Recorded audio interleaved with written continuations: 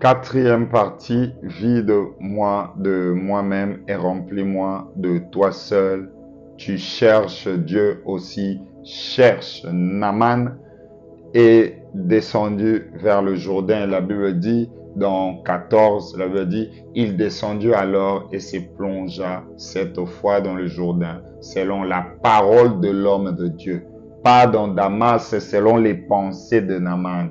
Il est descendu au Jourdain selon la parole de l'homme de Dieu et sa chair redevint comme la chair d'un enfant et il fut pur. Donc cela veut dire Naaman, par rapport à son âge, mais sa chair était redevenue comme la chair d'un enfant. Il faudrait que le Seigneur les recadre, les calibre, car il a retrouvé sa peau qu'il n'avait pas depuis qu'il était né.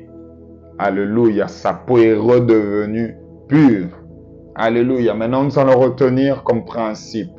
Apprends à écouter Dieu avant chaque choix, te limitera le tâtonnement et la perte de temps. Il y a des gens qui aiment perdre le temps. Dieu lui dit, fais ça. Lui veut contourner. Tu sais pas, en contournant, tu perds ton temps. Et c'est aussi un autre moyen de montrer que tu es rempli de toi. Car si tu es vidé de toi-même, c'est que Dieu te dit, ça sera la seule chose qui sera dans ton cœur, donc tu vas l'exécuter. Mais si tu n'arrives pas à le faire, c'est parce que tu es rempli de toi. Tu dois savoir une chose, Dieu n'agit que dans la vie de ceux qui n'ont que Dieu comme Dieu. Alléluia. Si tu as d'autres choses à la place de Dieu, oublie. Dieu n'agit que dans la vie de ceux qui n'ont que Dieu comme leur Dieu. J'aime beaucoup ce que j'ai écrit par là. Alléluia. Dieu n'agit que dans la vie de ceux qui ne l'ont que comme Dieu. Et maintenant, tu vas me poser la question, mais quand tu me dis, remplis-toi de toi-même, vide-toi de toi-même, où je vais aller déposer cela, où je vais aller m'évider. Alléluia, la parole de Dieu dit, venez à moi, vous qui êtes fatigués, chargés, je vous donnerai du repos. Il faut te vider au pied de la croix. Rarement tu verras quelqu'un entrer en retraite pour dire, Dieu brise-moi. Ils entrent toujours en retraite, Père, que je commence à voir, je vais prophétiser, je vais la prospérité, Rarement tu vas voir quelqu'un entrer pour dire, Père, vide-moi de mon orgueil, vide-moi de cette personne que je suis, vide-moi, je ne supporte pas de voir les autres élevés. Quand je regarde sur Internet, je vois l'autre faire un truc que les hommes l'aiment, je sens dans mon cœur. C'est ça, vide-moi de ces choses-là, remplis-moi de toi seul. Rarement tu verras cela. Alors que tu dois te vider auprès de la croix. Il faut revenir auprès de la croix, car la Bible dit, venez à moi. Jésus dit, vous qui êtes fatigués, chargés, et je vous donnerai du repos. Toi, tu viens, tu te vides de ce que tu as, et lui te donne son repos à lui, te fait entrer dans son repos. Alléluia. Vide-toi de ce que tu as, pour qu'il te fasse entrer dans son repos. Alléluia. Qu'est-ce que toi tu cherches? Et qu'est-ce que Dieu cherche? Il faut toujours savoir. Naaman, à son tour, cherchait la guérison. Mais Dieu voulait tuer son orgueil. Dieu voulait tuer son orgueil. Voilà pourquoi depuis que tu es à l'église, tu pleures, tu cherches, tu dis, l'église n'a pas de puissance. Et c'est toi qui ne te vides pas. Tu es rempli. Tu es rempli de toi-même. Il n'y a pas de place vide. Naaman voulait être guéri. Dieu voulait l'enseigner des choses. Qu'en Israël, il y a un Dieu et Dieu voulait tuer son orgueil. Peu importe qui tu es dans le monde, la manière dont tu es élevé dans le monde, ce ne sera pas la même chose avec les choses de Dieu. Donne à César ce qui lui appartient. C'est ce qu'on te donne en dehors de la société, le respect que tu as. Je ne dis pas qu'on va te manquer du respect à l'église. Je suis en train de te dire, les choses de Dieu ne sont pas de la même manière que toi tu connais. Et il faut accepter que je suis dans un domaine que je ne maîtrise pas. Toi, tu veux nous amener tes manières d'être à l'église. Toi, on ne peut pas te dire ça. Toi, on ne peut pas te faire ça. Tu es encore rempli de toi-même. Tu es encore très vivant. Tu es très vivant. Voilà pourquoi c'est compliqué que Dieu te remplisse. Parce que tu es très vivant. Anne voulait un enfant, mais Dieu voulait un prophète en Israël. Qu'est-ce que tu cherches et qu'est-ce que Dieu cherche? Anne voulait un enfant, Dieu cherchait un prophète. Qu'est-ce que toi, tu cherches? À chaque fois que tu viens à l'église, à chaque fois que tu t'approches de Dieu, qu'est-ce que tu cherches? Il faut en être capable de savoir qu'est-ce que moi, en tant qu'enfant de Dieu, je suis en train de chercher.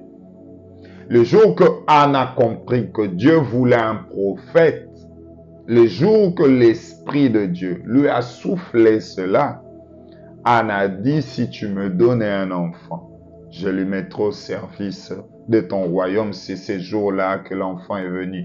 Qu'est-ce que tu cherches et qu'est-ce que Dieu cherche? Il faut toujours savoir que les besoins de Dieu prédominent. Alléluia. Naaman voulait être pur, mais Dieu voulait tuer son orgueil. Il voulait l'apprendre, même si je suis en train de châtier, j'allais dire, mon peuple. Mais ce n'est pas à toi qui dois nous donner de leçons. Il voulait l'apprendre une chose, qu'en Israël, il y avait un Dieu. Qu'est-ce que tu cherches et qu'est-ce que Dieu cherche? Alléluia. Dieu cherchait à lui faire comprendre qu'il n'y a point d'autre Dieu à part lui. Parce que eux aussi, ils avaient d'autres dieux. Mais leurs dieux n'ont pas pu le guérir. Dieu est le seul qui l'a guéri. Alléluia. Il est le seul qui l'a guéri. Israël cherchait un roi pour gouverner sur eux. Mais Dieu cherchait l'homme selon son cœur, David. Les choix des hommes et les choix de Dieu. Qu'est-ce que toi tu cherches et qu'est-ce que Dieu cherche? Israël voulait seulement un roi. Dieu d'abord les a seulement donné un roi, qui était Saoul, un roi normal, fort, grand de taille, roi. Mais dans le cœur de Dieu, Dieu cherchait l'homme selon son cœur, roi. Qu'est-ce que tu cherches et qu'est-ce que Dieu cherche? Maintenant, c'était comme une lutte entre Israël, les besoins de Dieu et les besoins des hommes n'arrivaient pas à se marier. Alléluia, car eux cherchaient, le peuple voulait un roi, Dieu voulait un sacrificateur. Dieu voulait un roi et un sacrificateur au même moment. Et la seule personne qui pouvait combiner les deux, c'est celui qu'on appelle à la personne de Jésus-Christ de Nazareth. Alléluia. Car Jésus-Christ est souverain sacrificateur selon l'ordre de Melchisédek et il est roi. Il est le roi de rois. Alléluia. Parce qu'on l'appelle fils de David, Dieu a promis à David la royauté éternelle.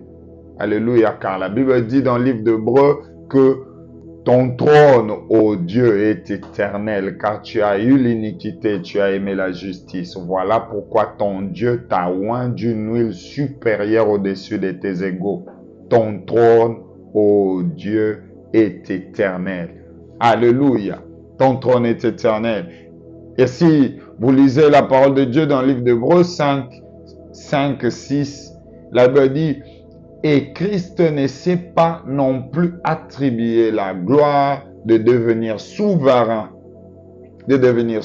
sacrificateur, mais il tient de celui qui dit, tu es mon fils, je t'ai engendré aujourd'hui. 6. Comme il dit encore d'ailleurs, tu es sacrificateur pour toujours, selon l'ordre de Melchisédek. Alléluia, ton trône est éternel. Est éternel. Et je suis dans la joie, nous avons un Dieu. Nous avons un Dieu. Nous avons un Dieu puissant. Un Dieu qui intercède pour nous. Un Dieu qui nous comprend. Un Dieu qui résout tous les problèmes que nous avons. Et c'est une joie.